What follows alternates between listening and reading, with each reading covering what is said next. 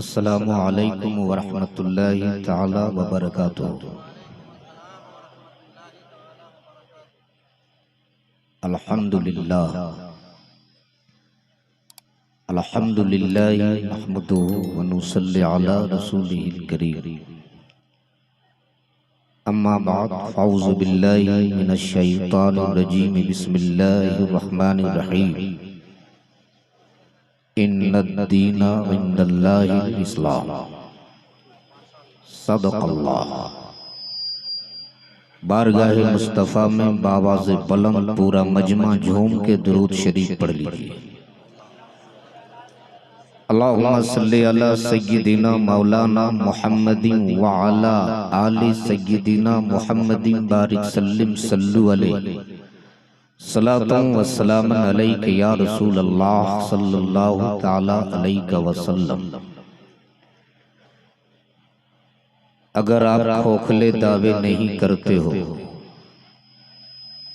सच्चे आशिकी रसूल हो, तुरंगे आशिकी में ढलकर नबी और आले नबी की बारगाह में बावाज़े बुलंद पूरा मजमा झूम के दुरूद शरीफ पढ़िए। इको कम कर दिया। अल्लाहु रब्बु मुहम्मदिन सल्लल्लाहु अलैहि वसल्लम नहनु इबादु मुहम्मदिन सल्लल्लाहु अलैहि वसल्लम। काबिल मुबारकबाद हैं कांदी और मुज़ाफ़ात के वो सारे मुसलमान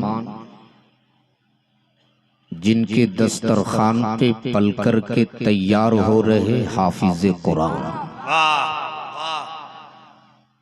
और मावनीन ने जो अपनी औलादों की पेट काट कर इनकी किफालत की है। मावनीन, अराकीन और असातिज़ाए किराम को इसी हिफ्ज़े कलामुल्लाह के सदके मग़फ़िरत फरमाए। जरा जोर से बोल दो आमीन। तो क्या इरादा है, थोड़ी देर आप लोग तकरीर सुनेंगे। वैसे अब ये वक्त तकरीर सुनने का नहीं, तकरीर खाने का है। लेकिन अल्लाह का शुक्र है कि आप बंगाल के नहीं, आप झारखंड के हो। वरना जमाल भाई, बंगाल में लोग पीते कम है, खाते ज्यादा है। बहुत अच्छा। जौ वो भी खाएगा, चाय वो भी खाएगा, और हद तो तब होती है जब लोग कहते हैं कि हम बीड़ी भी खाएगा। अच्छा, तो क्या इरादा, आप लोग सुनेंगे या खाएंगे?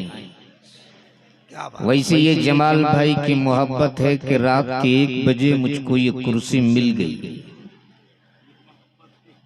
वरना बड़े बड़े जलसे और बड़ी बड़ी कॉन्फ्रेंसों में लोग मुझको 2-2:30 बजे के बाद ताजिया बनाकर लाते हैं। हजरत हुआ था एक हादसा नागपुर में, ठीक 2:30 बजे लोग मुझको स्टेज पे लाए। क्या देखता हूँ, सामने एक चचा कुर्सी पे बैठे पूरा मुंह फाड़ के सो रहे। मैंने पहले उसे जगाया और जगा के कहा, चचा मुझको आपके सोने से तकलीफ नहीं है, या आपके सोने के स्टाइल से मुझको तकलीफ है। या आप मुंह फाड़ के क्यों सो रहे हो? उन्होंने कहा, मौलाना रात के 9 बजे जलसा शुरू हुआ और इस वक्त रात के 2:30 बज चुके। ये दर्जनों शोरा आते रहे, दर्जनों कलाम सुनाते रहे, खतीब आते रहे, तकरीर सुनाते रहे, बीच बीच में नकीब आती रही, वो मौके का फायदा उठाते रहे। गोया रात के 9 बजे से लेकर 2:30 बजे रात तक अपने इन दोनों कानों से सुनते रहा। पूरी रात सुनते सुनते ये दोनों कान भर चुके हैं, इसलिए अब मैं डायरेक्ट ले रहा। तो रात इस वक्त मर्जी आपकी, आप चाहे डायरेक्ट लो चाहे इनडायरेक्ट लो लेना तो आप ही को है। और मैं तो इतना जानता हूं डायरेक्ट तो वो लोग लेते हैं जो डायरेक्ट वाले होते हैं। अल्लाह का शुक्र है कि हम लोग डायरेक्ट वाले नहीं, हम लोग तो इनडायरेक्ट वाले हैं। जरा जोर से बोल दो। ऐसे नहीं, अगर तकरीर सुनेंगे तो एक बार पूरा मजमा झूम के या रसूल अल्लाह, पूरा मजमा दोनों हाथों को उठा के बोल दो या रसूल अल्लाह। जब आए हो नबी की महफिल में तो जरा सरकार की बारगाह में अपनी हाजिरी दर्ज करा लो और पूरा मजमा अपने दोनों हाथों को सिर्फ 1 मिनट के लिए उठा लो। पूरा मजमा उठा लो। जमाल भाई देखिए, ये नबी के दीवानों का हाथ है, ये गौसो ख्वाजा के मस्तानों का हाथ है, ये हुसैन के चाहने वालों का हाथ है। और ये हाथ जब जब उठा है तब तब जमाने में इनकलाब पैदा हुआ। भगत सिंह ने उठाया तो इनकलाब पैदा हुआ, आजाद ने उठाया तो इनकलाब पैदा हुआ, अशफाकुल्लाह ने उठाया तो इनकलाब पैदा हुआ, गांधी ने उठाया तो इनकलाब पैदा हुआ। तुम 5 साल में एक बार इलेक्शन के नाम पे उठाते हो तो किसी को पार्लियामेंट देते हो, किसी को असेंबली देते हो। तो मुझको कहने दो लोगों, तुम किसी दुनियादार के नाम पे उठाओगे तो असेंबली मिलेगी, अहमद मुख्तार के नाम पे उठाओगे तो जन्नत की गली मिलेगी। वाह वाह वाह, माशाल्लाह माशाल्लाह, वाह वाह वाह वाह। तो जरा दोनों हाथों को उठा के बोल दो या रसूल अल्लाह, या रसूल अल्लाह, सुभान अल्लाह। और मोहब्बत से बोल दे या रसूल अल्लाह। अब अहले इल्म के दुआओं का सहारा लेते हुए सिर्फ एक मतला और एक शेर। जमाल भाई तवज्जो चाहो। वैसे आजकल लोग तवज्जो के माने बदल दिए। वैसे हजरत अल्लामा मौलाना अब्दुल माजिद खान साहब किल्ला, ये आपकी मेहनत का नतीजा, अल्लाह आपको सलामत रखे। वैसे एक मुशायरे में कमेटी वालों ने चीफ गेस्ट के हैसियत से एक गैर मुस्लिम नेता को बुला लिया और सामने बैठा दिया। अब जितने भी शायर आते रहे बोले नेताजी तवज्जो चाहो। बेचारा नेताजी 500 का नोट निकाले दे दिए। दूसरा शायर आया, बोला नेताजी तवज्जो चाहो, 1000 का नोट निकाला दे दिया। तीसरे शायर आए, बोले नेताजी तवज्जो चाहो, 1500 निकाला दे दिया। शायर आते गए, तवज्जो चाहते गए। आखिर में जो शायर आया बोले नेताजी तवज्जो चाहो। नेताजी ने ऊपर वाली जेब देखा, साइड जेब को टटोला, कुछ नहीं मिला, तब खड़े हो गए। बोले शायर साहब माफ करना, तवज्जो खत्म हो चुकी है। तो तवज्जो चाहो। अल्लामा खुर्शीद अनवर साहब के मुस्कुराता हुआ चेहरा, अल्लाह सलामत रखे। जी जवाल भाई, वक्त वैसे अब बहुत वक्त बोला जाए। हाँ, बोलिए। एक मतला और एक शेर। जी शुरू। तवज्जो चाहो। जमात अहले सुन्नत के एक मुस्तनद आलिम हजरत अल्लामा मौलाना उमर नूरानी साहब क़िबला दामत ज़िल्लहु जिस वक्त मिंबर शरीफ पर तशरीफ फरमा है, बस मेरे बाद इनका खिताब शायर अहले सुन्नत हजरत सैयद शकील रहबर चैनपुरी को आपने बहुत अच्छा सुना। मेरे बाद जुड़वा शायर समन नूरी सिंह रौलवी, इंशाअल्लाह मेरे बाद फौरन इन दोनों की हाजिरी होगी। बस एक मतला और एक शेर। हजरत तवज्जो चाहो कि हर कदम हर नफस देखते रह गए। तवज्जो चाहो। हमारे हसीबुल्लाह जिगर पलामवी, इन्होंने तो अपना जिगर ही निकाल के रख दिया। नहीं, उनके पास तवज्जो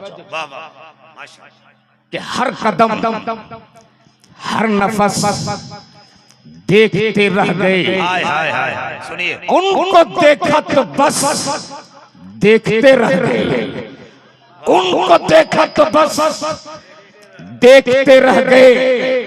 और अहले इल्म के हवाले ये शेर के सूरह वद्दुहा पढ़ के जिब्रील भी, हाय हाय हाय हाय सूरह वद्दुहा पढ़ के जिब्रील भी, पढ़ के जिब्रील भी सूरत मुस्तफा देखते रह गए। वाह वाह वाह वाह। सूरत मुस्तफा देखते रह गए। और जब बरेली के ताजदार ने देख लिया तो झूम गए, और जब झूम गए तो तुरबत रसूल चूम गए, और जब चूम गए तो बोल पड़े हाजियो आओ शहंशाह का रोजा देखो, हाजियो आओ शहंशाह का रोजा देखो। हम काबा तो देख चुके, काबे का काबा देखो। अब जरा मैं हालात के मद्देनजर कुछ गुफ्तगू करूं, इसलिए तकरीर तो हो गई, कुछ काम की बातें यहां से सुन करके जाओ। इसलिए जमाल भाई मैं जहां जाता हूं अपने मंच के उलमा से, मसाजिद के इमाम से हाथ जोड़ के सिर्फ एक विनती करता हूं, गुलाम मुर्तजा साहब कि इस वक्त मुल्क के हालात बहुत खराब है, और ऐसे नाजुक हालात को देखते हुए मैं अपने उलमा से कहता हूं, हजरत ये वक्त सिर्फ मज़ारों के चादरों की अहमियत बताने का नहीं है, ये वक्त सिर्फ बुजुर्गों की करामतें सुना सुना कर जन्नत के सर्टिफिकेट देने का नहीं है, बल्कि ये वक्त अपने आने वाली नस्लों के वजूद बचाने का वक्त है। हमारा वजूद बाकी होगा तब मज़ारों के चादरों की अजमत सलामत रहेगी। हमारा वजूद ही बाकी नहीं होगा तो ईमान से बोलो हमारी कब्रों पे फातिया कौन पढ़ेगा। इसलिए चादर गागर और लंगर के नाम पर लाखों खर्च करने वालों होश में आओ, वाह वाह होश में आओ। मत चढ़ा गरीब नवाज की तुरबत पे 10,000 की चादर। मेरे ख्वाजा तेरी चादर के मोहताज नहीं है, हो सके तो 10 रुपए का फूल पेश कर दो, बोल दो जोर से और जोर से, और उसी पैसे को बचाकर अपनी औलादों के लिए, अपनी आने वाली नस्लों के लिए एक ऐसा प्लेटफॉर्म तैयार कर दो, एक ऐसी दरसगाह बना दो जहां हम अपनी औलादों को दीन की भी तालीम दे सके, दुनिया की भी तालीम। वाह वाह वाह वाह। लेकिन माफ कीजिएगा हजरत, हो सकता है छोटा मुंह बड़ी बात हो जाए, लेकिन माजरत के साथ आज हमारे यहाँ करोड़ों के खानकाह मिल जाते हैं, लेकिन अपने बच्चों को पढ़ाने के लिए हमारे पास अपना कोई स्कूल नहीं है। बोलो सही कि गलत है? टाइल्स और मार्बल के लगे खानकाह तो मिल जाते हैं, अपने बच्चों को पढ़ाने के लिए हमारे पास अपना कोई स्कूल नहीं मिलता है। माफ कीजिएगा, आज लोग पीर साहब का 20,000 का चेक काट कर दे देते हैं, और जब यही मदरसे वाले 10 रुपए चंदा मांगने जाते हैं तो लोगों की नानी मरने लगती है। बोलो सही कि गलत है? एक मोहतमिम साहब आए थे एक सेठ जी के यहाँ चंदा मांगने, जैसे ही दरवाजे पे दस्तक दी बच्चा बाहर निकला, निकलने के बाद देखा मौलाना साहब हाथ में रसीद लिए खड़े हैं। बच्चा अंदर गया और अपने अब्बू से बोले हजरत रसीद लेकर, अब्बू रसीद लेकर हजरत बाहर गेट पर खड़े। सेठ जी ने कहा बाबू जाओ, हजरत से कहना कि अब्बू नहीं है। बच्चा बच्चा होता है, मन का सच्चा होता है, घर से बाहर निकला, गेट पे आया और बोले हजरत अब्बू बोले कि अब्बू नहीं है। अब्बू बोले कि अब्बू नहीं है। याद रखना, आज यही मदरसे की इमारत है। इसी टूटी हुई चटाई पर बैठा कर कुरान की तालीम भी देते हैं। ये मदरसे का असातिज़ा हदीस रसूल भी सिखाते हैं। इसलिए मैं आपसे कहूंगा मेरे कौम के नौजवानों, अगर मदरसे सलामत हैं, तेरा ईमान भी सलामत है, तेरा अकीदा भी सलामत है, मदरसे सलामत हैं, तो कौम के मेरे कौम के बच्चे सलामत हैं। इसलिए मत खाओ 3 टाइम 2 टाइम खाओ, अपने बच्चों को पढ़ा दो। मत 3 मंजिला बिल्डिंग बनाओ, छप्पर में रहो, उसी पैसे को बचा कर अपनी औलादों को पढ़ाओ। अगर तेरी औलादों के हाथों में कलम आ गया, खुदा की कसम वही तेरी औलादें इस दुनिया में फतह का झंडा भी लहराएगा, फतह का परचम भी लेकर चलेगा। लेकिन अफसोस, हमारे यहाँ झारखंड में हम 19% हैं। 19%। ईमान से बोलो कितने हमारे पास कॉलेजेस और यूनिवर्सिटियां हैं? हजरत कॉलेजेस और यूनिवर्सिटी तो दूर, नर्सरी के बच्चों को पढ़ाने के लिए भी हमारे पास अपना कोई स्कूल नहीं है। तब मजबूर होकर ये मेरी कौम की बेटियां गैरों के कॉलेजेस और यूनिवर्सिटियां जाने पे मजबूर होती हैं। सोशल मीडिया का जमाना है, रोजाना फेसबुक व्हाट्सएप पे देखते हो कि बड़ी तेजी के साथ आज ये मेरी कौम की बेटियां इर्तिदाद की शिकार हो रही हैं। और याद रखना, आज जो मेरी कौम की बेटियां मुर्तद हो रही है ना, इसके सिर्फ 2 रीजन है हजरत, सिर्फ 2 रीजन। एक रीजन तो ये कि हमने निकाह को बहुत महंगा बना दिया है, और दूसरा रीजन ये है कि हमारे पास अपना कोई कॉलेज और यूनिवर्सिटी नहीं है। जब फेसबुक पर व्हाट्सएप पे ऐसी खबरें पढ़ता हूं तो खुदा की कसम कलेजा मुंह को आने लगता है कि ज़ैनब नाम की बेटी किसी गैर के साथ भाग गई, फातिमा नाम की बेटी किसी अर्जुन के साथ भाग गई।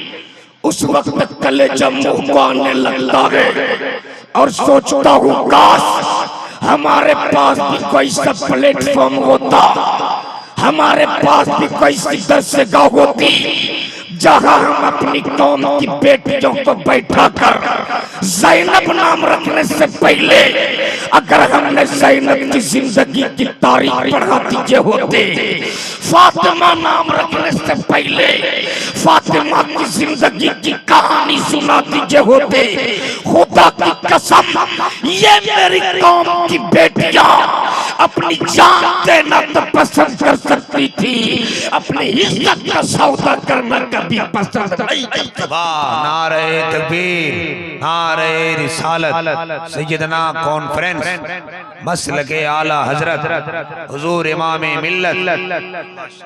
आज हमने अपनी बेटियों का नाम फातिमा तो रखा, लेकिन फातिमा की जिंदगी की हमने तारीख नहीं पढ़ाई। हमने अपनी बेटियों का नाम ज़ैनब तो रखा, लेकिन ज़ैनब की जिंदगी की हमने कहानी नहीं सुनाई। सुन सैयदा ज़ैनब कौन है, सुन जरा झूम के बोल दो या रसूल अल्लाह, या रसूल अल्लाह। पूरा मजमा एक आवाज में दोनों हाथों को उठा के बोल दो या रसूल अल्लाह।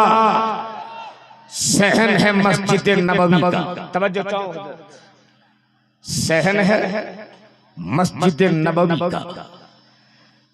6 साल की एक बच्ची कुरान की तिलावत फरमा रही, और तिलावत फरमाते फरमाते थोड़ा सा दुपट्टा सर से सरक गया। अगर बेटियों के बाप बैठे हो तो बहुत गौर से चंद मिनट की मेरी गुफ्तगू सुनना। अगर बहन के भाई बैठे हो तब भी सुनना। मस्जिद नबवी के सहन में बैठकर एक 6 साल की बच्ची कुरान की तिलावत फरमा रही और तिलावत फरमाते फरमाते थोड़ा सा दुपट्टा सर से सरक गया। सैयदा तैयबा ताहिरा आबिदा ज़ाहिदा हजरत फातिमा ज़हरा तशरीफ ले आई। बोल दो सुभान अल्लाह। और सर से जो दुपट्टा सर का था ना, सैयदा फातिमा ने सर पे डाल दिया और डालने के बाद बोल पड़ी, ए बेटी ज़ैनब, खबरदार अपने सर से दुपट्टा सरकने ना देना, वरना तेरे नाना मुस्तफा तुझसे नाराज हो जाएंगे। बोल उम्र है कितने? सिर्फ 6 साल। कितने कितने पूछो। यहाँ पे औलमाए कराम मुफ्तियान निजाम तशरीफ फरमा है। 6 साल की उम्र में पर्दा फर्ज नहीं है, लेकिन तरबियत का असर देख। सैयदा फातिमा ने अपनी बेटी ज़ैनब के सर पे दुपट्टा डाल दिया और फरमाते, बेटी खबरदार अपने सर से दुपट्टा सरकने न देना, वरना तेरे नाना मुस्तफा तुझसे रूठ जाएंगे।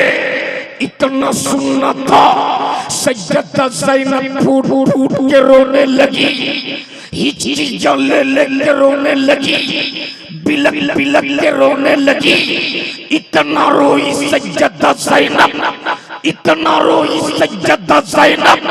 फिर सैयदा फातिमा को आना पड़ा और आने के बाद बोल पड़ी, ए बेटी ज़ैनब, इस तरह से आंसू क्यों बहाती हो? इस तरह से सिसकियां ले ले के क्यों रोती हो? इस तरह से बिलक बिलक के क्यों रोती हो? तब सैयदा ज़ैनब ने कहा, अम्मी, आप कहीं मेरे नाना मुस्तफा मुझसे नाराज तो नहीं हो गए? ए अम्मी फातिमा, आज मैं आपको गवाह बनाकर आपसे वादा करती हूँ कि आपकी बेटी ज़ैनब अपनी गर्दन तो दे सकती है, अपने सर से कभी दुपट्टा सरकने नहीं दे सकती है। वाह वाह वाह वाह, माशाल्लाह माशाल्लाह, नारे तकबीर, नारे रिसालत। इसलिए बहुत अच्छा। आज मोबाइल के डब्बों ने हजरत वो आतंक फैलाया है कि आज मेरी कौम की बेटियां गैरों के साथ भाग रही है। थोड़ी देर सुनेंगे सुनेंगे। आजकल हंगामा ही को लोग तकरीर समझते हैं। याद रखना, ना हंगामा तेरे लिए तेरी कामयाबी की जमानत है, न फकत नारा तेरे लिए तेरे कामयाबी की जमानत है। मैं तो समझता हूं अगर किसी खतीब की तकरीर सुनकर कोई शराबी शराब से तौबा कर ले, वो जलसा भी कामयाब है, वो खतीब भी कामयाब है। माशाअल्लाह, वाह वाह। बहुत बुराइयां है आज हमारे समाज में। अच्छा, आपके इलाके में लोग डिमांड लेते हैं कि नहीं लेते? ये नहीं लेते ना? इधर नहीं लेते जमाल भाई? ये भी पूछने की बात है, सभी लेते। या अल्लाह, मैं तो सोच रहा था कि हमारे यहाँ सिर्फ भिखमंगा है, इधर भी फकीर लोग रहते हैं। अरे ये तो इंटरनेशनल फकीर ये लोग होते हैं। तो मैं जहां जाता हूं ऐसे फकीरों को एक मशवरा दे के आता हूं कि क्यों बेटी बाप की जमीन बेचवा कर भीख मांगते हो? कांडी बाजार के चौराहे में खड़ा हो जाना और सामने एक ड्राम रखना और उस पे लिख देना कि मैं बेटा बाप हूं, मैं भिखमंगा हूं। सिर्फ 1 साल मांग लो, मोटरसाइकिल नहीं स्कॉर्पियो खरीद लो। बोलो सही के गलत? बहुत अच्छा। अरे बोलो ना सही। जिन मेरी बेटियों को पर्दे में रखने का हुक्म है, वैसे दुनिया तो नकाब और हिजाब पर पाबंदी लगा रही है। जिन मेरी कौम की बेटियों को हिजाब और नकाब में रहना चाहिए, यही मेरी कौम की बेटियां नकाब पहनकर आज मस्जिद के दरवाजे पे खड़ी होती हैं और कागज का पुर्जा लेके इमाम साहब को देती है, हजरत ऐलान कर दीजिए फला तारीख को मेरी बेटी की शादी है, लोग कुछ मेरी मदद करे। मैं पूछता हूँ मेरे कौम के शहजादों, आखिर वो कौन है जिसने मेरी कौम की बेटियों को मस्जिद के दरवाजे पर खड़े होने पे मजबूर किया? वो कौन है जिसने मेरी कौम की बेटियों को खुदकुशी करने पे मजबूर किया? मुसलमान अगर ज़मीर जिंदा है तो जवाब दे करके जाओ। मैं जानता हूँ इसका जवाब आपके पास नहीं होगा। आज मेरी कौम की बेटियां, अगर किसी बाप के पास 4-4 बेटी है, किसी गरीब के पास 4-4 बेटी है, तो आज रातों रात वो चैन की नींद नहीं सो पाता है। सिर्फ यही याद सताती है कि बेटे के हाथ पीले कैसे करूं, बेटे की शादी कैसे करो। न मेरे पास जमीन है कि जमीन बेचकर इन लोगों को बिरयानी खिलाओ, न मेरे पास मकान है कि मकान बेचकर अपनी बेटी की शादी करूं। लोगों, अगर जमीन जिंदा है, अगर आपने अपने शऊर को बेचा नहीं है, अगर आपके सीने में चमड़े का दिल है, पत्थर का मूरत नहीं है, तो आज सिर्फ एक दर्द दिल यहाँ से सुन करके जाओ। उसके बाद आप फैसला करना कि जहेज लेना चाहिए कि नहीं, डिमांड करना चाहिए कि नहीं। मैं बहुत दूर की बात नहीं करता, मेरी आंखों की देखी हुई भी बात, मेरे कानों से सुनी हुई भी बात। आज भी जब उस गरीब बाप की आवाज मेरे कानों में गूंजती है तो मैं रातों रात चैन की नींद नहीं सो पाता हूँ। इसी बंगाल में एक जगह है मालदा, उसी मालदे में मुझे जलसे में जाना हुआ। रात के 3 बजे भोर उतरा हूँ मालदा रेलवे स्टेशन पे। हजरत आज भी मालदा रेलवे स्टेशन में पैटल वाला रिक्शा मौजूद है। जैसे ही मैं रात के 3 बजे उतरा, कोई सवारी नहीं, दूर एक रिक्शा नजर आया। मैं उस रिक्शे के करीब पहुंचा। जैसे ही मैं रिक्शे के करीब पहुंचा, क्या देखता हूँ एक ज़ईफ़ुल उम्र इंसान, जिनके चेहरे पर पकी हुई दाढ़ी है, सर पे गमछा बांधे हुआ। जमाल भाई, उसकी उम्र तकरीबन 65 से 70 होगी। जैसे ही मेरे कदमों की आहट उन्होंने सुनी, जल्दी से पलट कर मेरी तरफ देखा। देखने के बाद वो रिक्शे से नीचे उतरे, सर से गमछा उतारा, पिछली सीट को साफ किया और मुझसे कहा, हजरत बैठ जाओ। मैंने कहा हमें बस स्टैंड जाना है। उन्होंने कहा रिक्शे पर बैठ जाओ। जैसे ही मैं रिक्शे पर बैठा, उसने अपने अगले वाली सीट संभाल लिया। कुछ दूर जैसे ही चला था, मुझे उसके नहीं सुनना तवा जिस्म देखकर तरस आ गया। मैंने कहा चाचा रिक्शा रोक दो, रिक्शा रोक दो। उन्होंने रिक्शा रोका। मैं रिक्शे से नीचे उतरा और उतरने के बाद मैंने उनसे पूछा था, चाचा आखिर वो कौन सी मजबूरी है रात के इस वक्त, इस उम्र में आपको रिक्शा खींचने पे मजबूर किया? उसने पलट के मेरी तरफ देखा और कहा, हजरत आप मुसाफिर हो, सफर कर लो, ये तो मेरा रोज का काम है। उस वक्त मैंने उनसे कहा था, चाचा मैं अपने कौम का एक जिम्मेदार आदमी हूँ, जब तक आप बताओगे नहीं ऐसे मसाइल का हल कैसे होगा, आपको बताना होगा, आपको बताना होगा। इतना सुनना तो उसकी आंखें बरसने लगी। उन्होंने अपनी डबडबाई हुई आंखों से मेरी तरफ देखा और बर्राई हुई आवाज में बोल पड़ा, हजरत मेरे पास बेटे नहीं है, अल्लाह ने मुझको बेटा नहीं दिया है, मेरी पीठ पर मेरा कोई सहारा नहीं, मगर अल्हम्दुलिल्लाह मैं 4 बेटियों का बाप हूँ, 4 बेटियों का। मेरी तीन बेटियां शादी के लायक हो चुकी, लेकिन जमाने के इन ठेकेदारों की वजह से, ये तिलक और मुतालबे जहेज के लालची लोगों के वजह से आज मेरी वो बेटियां जो दिन से जवानी के ससुराल में गुजारने के थे, आज मेरी गुर्बत की वजह से मेरे कांधे पे जनाजे की तरह पड़ी हुई है। हजरत ऐसा नहीं कि रिश्ता नहीं आता है, रोजाना कोई न कोई रिश्ता लेकर आता है। मेरी बेटी को पसंद करने के बाद वो घर वापस जाता है और जाने के बाद टेलीफोन पे कहता, देख हमें तेरी बेटी पसंद है मगर डिमांड में 2 लाख रुपया चाहिए। हमें तेरी बेटी पसंद है मगर जहेज में एक मोटर बाइक चाहिए। हजरत मेरी गुर्बत का आलम तो ये है कि दिन भर रिक्शा चलाता हूँ तब जाकर मेरे घर में चूल्हा जलते हैं। जिस रोज में रिक्शा लेके नहीं निकलता ना, अपनी औलादों को भूखे सुलाता हूँ भूखे। ये मेरे गुर्बत के दिन है। मैं 2.5 लाख रुपए कहाँ से लाऊं, मोटरसाइकिल कहाँ से लाऊं? आज भी मेरी बेटी मेरे कांधे पे जनाजे की तरफ पड़ी है।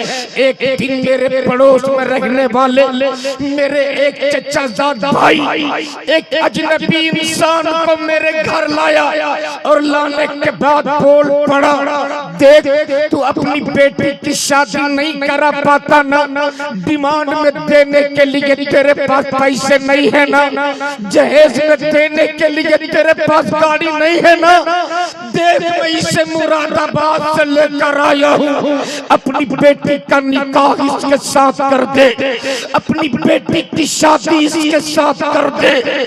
उस वक्त मेरी गरीबी ने इतना मजबूर किया था, जिस अजनबी को मैंने पहली बार देखा था, जिसका नाम भी मुझको पता नहीं था, जिनके हसब और नसब को भी मैं नहीं जानता था, जिनकी जात और बिरादरी के भी इल्म मुझको नहीं था, लेकिन जमाने के इन दलालों ने, तिलक और मुतालबे जहेज के इन लालची लोगों ने एक गरीब बाप को इतना मजबूर किया था कि अपनी फूल जैसी बेटी, जिसको मैंने रिक्शा चला चला कर पाला था, अपनी फूल जैसी बेटी जिसको बड़ी नाज़ो नगम के साथ मैंने परवरिश की, उस अजनबी के साथ निकाह देने पर मैं मजबूर हो गया। मेरी बेटी रोती भी रही, मेरी बेटी सिस्टियां लेती भी रही, मेरी बेटी आए भरती भी रही, लेकिन जमाने के इन दलालों को न मेरी बेटी की आहें सुनाई दी, न मेरी बेटी की सिस्टियां सुनाई दी, न मेरी बेटी के आंसू दिखाई दिए। मजबूर होकर अपनी उस बेटी को मैंने उस अजनबी के साथ रुखसत किया। इतना कहने के बाद वो फूट फूट कर रोने लगा, हिचकियां ले ले रोने लगा। मैंने उसे पानी पिलाया, तसल्ली दिया। उसका जो अगला जुमला था आज भी मेरे कानों में गूंजते हैं, तो मैं अपने आप को रोक नहीं पाता हूँ। उन्होंने कहा था, हजरत जब मैं अपनी बेटी को अपने घर से रुखसत कर रखा था, जब मेरी बेटी की डोली उठ रही थी, तो ऐसा नहीं लगता था मेरी बेटी की डोली उठ रही, ऐसा लगता था मेरे घर से मेरी बेटी का जनाजा जा रहा, मेरी बेटी का जनाजा उठ रहा। मैं मजबूर होकर जमाने के लोगों से तंग आकर अपनी फूल जैसी बेटी को उस अजनबी के साथ रुखसत तो कर दिया, लेकिन अब ना मुझको रात को चैन मिलता था, न दिन को सुकून मिलता था। जब मैं खाने के लिए बैठता, लुकमा मुंह में डालने की कोशिश करता, याद आ जाती मुझको मेरी बेटी। पता नहीं कहाँ होगी, पता नहीं कैसे होगी, पता नहीं मेरी बेटी खाई होगी कि नहीं। जब मुझको चैन नहीं मिलता ना, तो तो मैं रिक्शा लेके निकल जाता हूँ, रात भर शहर के ठोकरें खाता हूँ, दिन भर रिक्शा ढोता हूँ।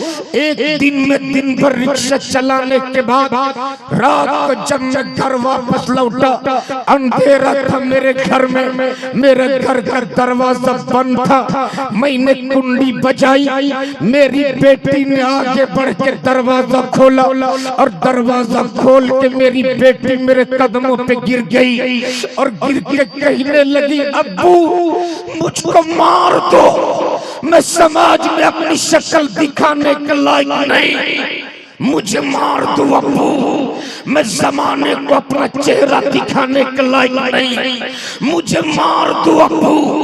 उस वक्त उन्होंने कहा, हजरत मैंने अपने बच्चे के सर पे हाथ रख कर कहा था, बेटी घबरा मत, आज भी तेरे बूढ़े बाप की इस बूढ़ी हड्डी में इतनी ताकत है कि दिन भर मजदूरी करूंगा और तेरे जहेज का इंतजाम करूंगा, तुझको गुजरात नहीं जाने दूंगा, तुझको मुरादाबाद नहीं जाने दूंगा, तेरी शादी इसी शहर में कराऊंगा। उन्होंने कहा, हजरत जब मैंने अपने बच्चे के बाजू पकड़ कर ऊपर उठाया, चेहरे से आंचल हटाया, जैसे ही चेहरे से आंचल हटा, मेरे पैरों तले जमीन खिसक गई, जिसको मैंने 3 महीना पहले सुहागन का जोड़ा पहना कर रुखसत किया था, आज मेरी वही बेटी मेरे कदमों पे गिरकर मुझसे अपनी मौत की भीख मांग रही थी। उन्होंने कहा, अब्बू आपके साथ भी धोखा हुआ है, मेरे साथ भी धोखा हुआ है, जमाने के जिसके साथ आपने मेरा निकाह किया था, जिसकी शादी में जिसके साथ आपने मेरी शादी कराई थी, वो मेरा शौहर नहीं था, बल्कि वो जमाने के दलाल था, दलाल जो यहाँ से ले जाने के बाद ना जाने मुझ पर कितने जुल्म सितम के पहाड़ तोड़े। वो कौन ऐसी रात गुजरी जिस रात में किसी के बिस्तर की जीनत न बनी, वो कौन ऐसा दिन गुजरा जिस दिन में किसी वहशी के शिकार न हुई। अब्बू उन जालिमों से किसी तरह बचा कर आई हूँ, लेकिन मैं जिंदा रहने के लायक नहीं, मुझे मार दो अब्बू, मैं आपकी पीठ पर बोझ नहीं बनना चाहती, मुझे मार दो अब्बू। मैं आपसे कहूँगा लोगों, ये वाकया किसी एक घर का नहीं, आज हजारों ऐसे घर हैं जहाँ रोजाना ऐसे वाकयात होते हैं। ये कहानी एक बाप की नहीं, हजारों ऐसे बाप हैं जिनकी बेटियों का इज्जत का सौदा दिया जाता। ये कहानी मेरे कौम की एक बेटी की नहीं, आज हजारों मेरी कौम की बेटियां ऐसी है जिनकी इज्जत नीलाम किया जाता। इसलिए मैं आपसे हाथ जोड़ के कहूँगा, अगर अल्लाह ने आपको बेटा दिया है तो उसको बेचो मत, बल्कि किसी गरीब की बेटी को अपने घर के बहू बना ले और 250-300 बारात लेकर के मत जाओ, मस्जिदों में निकाह करके मौला अली का सुन्नत अदा कर ले। खुदा की कसम तुम जमीन के ऊपर रहोगे तब भी कामयाब रहोगे, कब्र की मंजिल में जाओगे तब भी तुम कामयाब। वाह, नारे तकबीर, नारे रिसालत, सैयदना कॉन्फ्रेंस मसलके आला हजरत फैजान सैयदना पाक हमशरी। आज माशाअल्लाह बहुत बड़ी बीमारी है, बहुत, इसलिए बोलो ये तिलक और जहेज बंद होना चाहिए कि नहीं होना चाहिए? हाथ उठा के बताओ कितने लोग चाहते हैं कि बंद होना चाहिए? क्या कहने, हाथ उठा के बताओ सैयदना कॉन्फ्रेंस में आए हो। सुभान अल्लाह। खुदा की कसम अगर किसी एक ने भी इस पे अमल कर लिया तो ये जलसा भी कामयाब है, आप भी कामयाब हो। वक्त बहुत तेजी के साथ सफर कर गया है, मेरे बाद कई तकरीरें आपको समाप्त करनी है। मेरे भाई समन नूरी, इन दोनों का कलाम भी आपको सुनना है। अल्लाह तबारक ताला हमें अच्छी बातों पे अमल करने की तौफीक अता फरमा। मेरे मालिक, बस ये दुआ है कि हम जब तक जिए गुलाम रसूल बनकर, बोल दो आमीन। दम तोड़े तो गुलाम रसूल बनकर, कब्रों में लेटाया जाऊं तो गुलाम रसूल बनकर, मैदान क़यामत में उठाया जाऊं तो गुलाम रसूल बनकर। हम रोज कहते हैं कि हम उनका गुलाम हैं। कभी तो रहम आएगा, क्या बात है, कभी तो तरस आएगा, कभी तो ख्याल आएगा कि ये सब मेरे गुलाम हैं। जिस रोज ये हो गया उसी दिन हमें निजात का परवाना मिल जाएगा। जिंदगी सोहबत यार बाकी, खुदा हाफिज, अस्सलामु अलैकुम व रहमतुल्लाह।